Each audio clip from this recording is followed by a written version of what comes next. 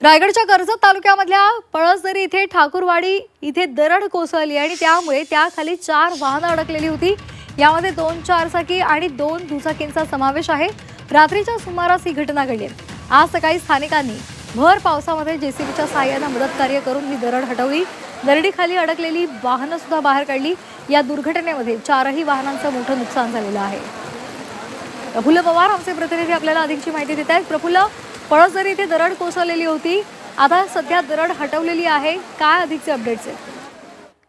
आता थोड्या वेळापूर्वी ही दरड हटवून त्या खाली अडकलेली 4 वाहनं, दोन दुचाकी वाहनं आणि 2 चारचाकी वाहनं अशी अडकली होती, ती बाहेर काढण्यात आली।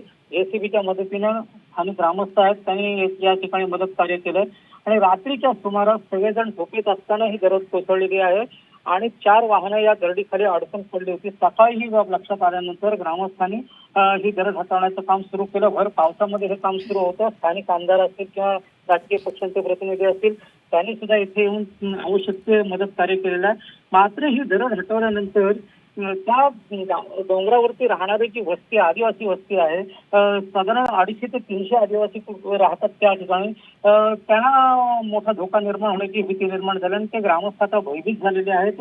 यांची कुठेतरी पर्यायी व्यवस्था करावी, त्यांना स्थलांतरित करावी अशी मागणी सुद्धा आता ग्रामस्थांकडून केली जाते।